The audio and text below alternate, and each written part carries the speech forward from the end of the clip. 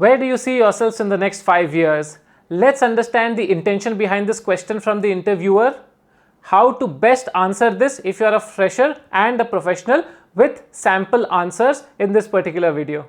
Before we get into the sample answers and the do's and don'ts for this particular question, let us understand the intention behind asking this question. The intention is pretty straightforward, it's pretty clear. It is to assess the candidate on their thought process. What have they thought about their future? How serious are they about their next 4 to 5 years? Do they have a plan, or are they just coming for the interview randomly without any thought process? And that's why it's very important for you as a candidate to convince your interviewer that yes, I have thought about not only the next 2 years or 1 year or 6 months, but I do have a vision, I do have a plan about the next 5 years. Now quickly, let's have a look first into what you should include in your answer and what kind of things you should never tell in your answer for this particular question. And then let's also have a look at sample answers for freshers and for professionals. I have written it all down. I'll show it to you. I'll read it out to you so that you are extremely clear and you can use those templates in your answers as well. But before we proceed, if this video helps you, then please subscribe to this channel, press the bell icon, like this video and share it across with your fellow candidates so that I can make more such interesting videos from my practical experience as an interview giver and from taking interviews. Now let's have a look at the do's and don'ts for this question. Alright, so now let's have a look at some of the similar questions that can be asked. It might not always be necessary that they ask you where do you see yourself in next 5 years. They can also ask questions like what are your career goals, or what are your future goals for yourself, or what are your plans in the short term and in the long term, or where do you see yourself going in the next few years. There can be many forms and shape of asking this question, but the underlying intention will be the same. That is to understand what is your future thought process, what is the direction that in which you want to head as a professional. Now, what to do, what you can include in your answers is these 3 or 4 points that we are going to discuss. The first thing is show your ambitiousness in a polite manner. Don't try to oversell yourself. Don't try to say that in the next 5 years you are going to achieve the world. Just be very polite about what your ambitions are. Of course, very subtly you have to put it. In the sample answers that I'll show you, I will exactly showcase how to curate it. Align your ambitions with the organization that you are interviewing for. Now, for example, you are interviewing for an organization which is in the e-commerce field, but you are giving answers which somehow give a feeling that you're not interested in the e-commerce field at all. That is contradicting. So never do that. Either you align yourself to the organization's thought process, or you be completely neutral, but don't be opposing to it or don't be against it. Keep the answers simple. As I said, do not oversell yourself. The idea is to see your future thought process and to assess whether you will be sticking with the organization for long term. Of course, nobody can say how long will you stick around, but at least give that impression that yes, I am here to stay, because no organization wants to hire somebody who does not want to stick around in the organization for even 1 year or a couple of years at least. So that is the intention that we will have to keep in mind. And whatever your qualification is, whatever your past experiences are, connect that to the job profile. Do not go against the job profile that you are interviewing for. Now, what is a job profile? What is a job description? I have already told it to you in the previous video that I had put. I have been putting this entire series where I have shared resume templates with you, how to make a good resume, then what is job description, and then now this is the next video in my interview preparation series. So you can watch the other videos as well if you haven't yet. What to avoid? Now, this is extremely important.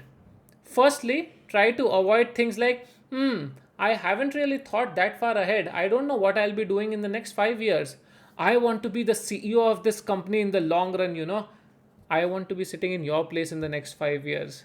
5 years, oh, too long a time. COVID is going on. I live in the moment. I don't plan that ahead. Oh, I intend to start my own startup, have my own startup. I am here to just learn. You know, the money is good, so I am here for the short term to earn money and then I will move out. Please do not tell all of this, even if this might be a real intention. Maybe. But then if you say all of this, you can be quite assured that you are not getting that job. Now let's move ahead and see a template for freshers with any qualification, whatever your qualification is, whether you're a professional, whether you're a graduate, whether you're a postgraduate, you can use this template by tweaking it a little bit here and there. I have kept the answer very short. When I speak, it will be only a minute, maybe a minute and a half at max. So now let me read it out and let me make you understand the different aspects of this answer. So where do you see yourself in the next 5 years? Since this is the beginning of my professional career, I would like to use the next couple of years to create a strong foundation and establish myself as a valuable asset to my organization.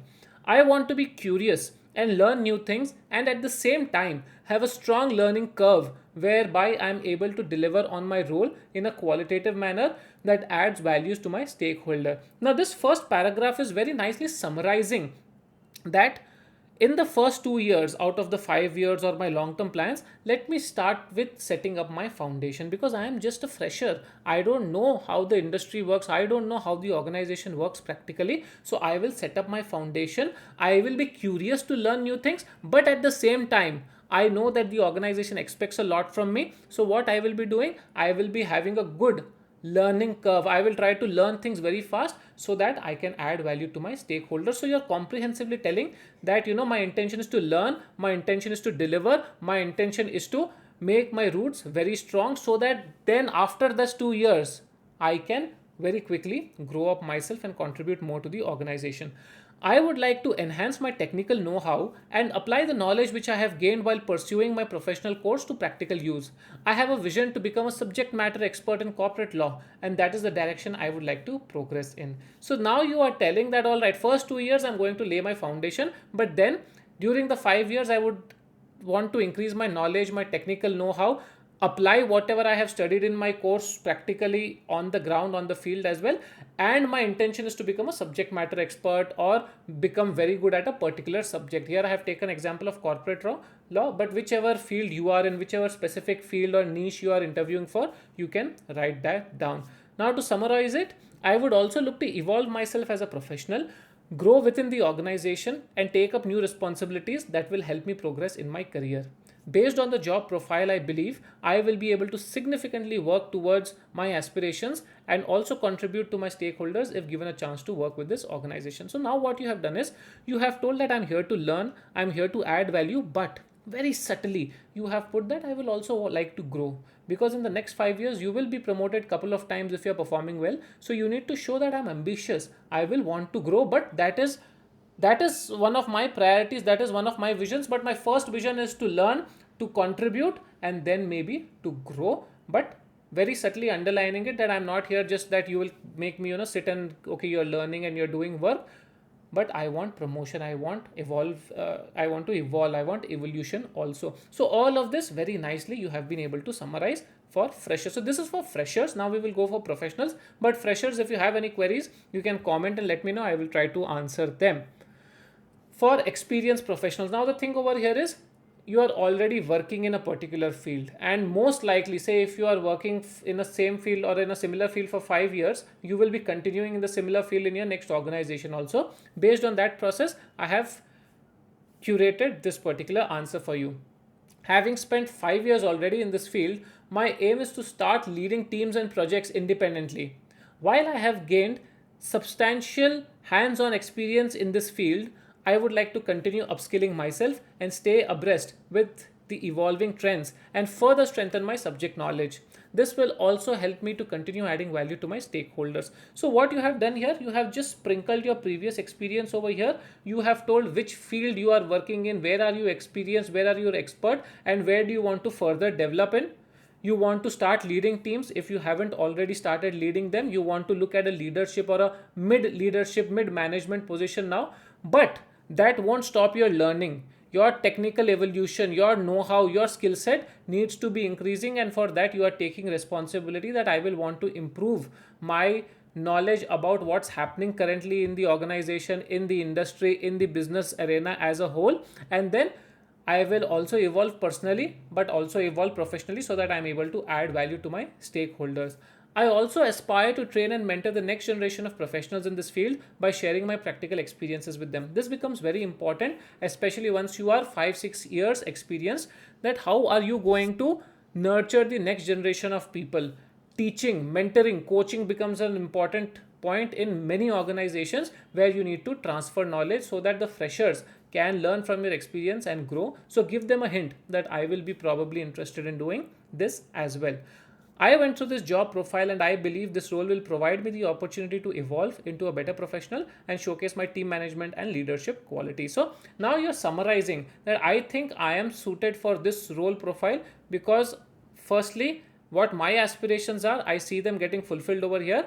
And on the other hand, what the organization is looking for, I seem to have that skill set already. So it will be a good match for both of us. Now, be prepared. If you are telling things like, say, I have gained hands-on experience in this field, whatever field you are working in. After you complete this answer, you will be asked questions. Oh, all right. So you said you have gained hands-on experience in this field. Can you please give us what hands-on experience? What have you done? That is how your technical round will slowly proceed, because these are the FAQs or these are the initial questions, warm-up questions that your interviewer will ask, and from this the technical questions will be picked up. The technical round will start off from these answers that you give. So be very careful in whatever you say. As I told, do not oversell yourself, do not boast about what you have done in the past.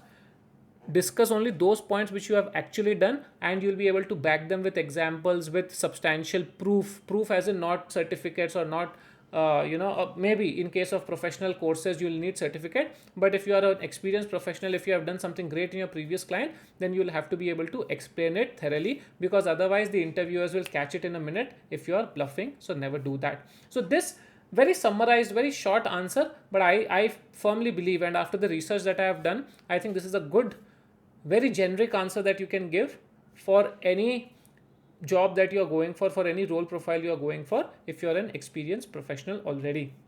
You can follow me at Arihant Baid official Instagram handle, LinkedIn CA Arihant Baid, and I will continue this series. So please keep liking, please keep watching, please keep sharing this video. Save it for your future use whenever you are going to give an interview. This is going to be extremely helpful. What other topic you want me to put videos on, please let me know. I will study and I will try to put them in this channel. Thank you so much for watching. Keep yourself upskilled with Arihant. See you all.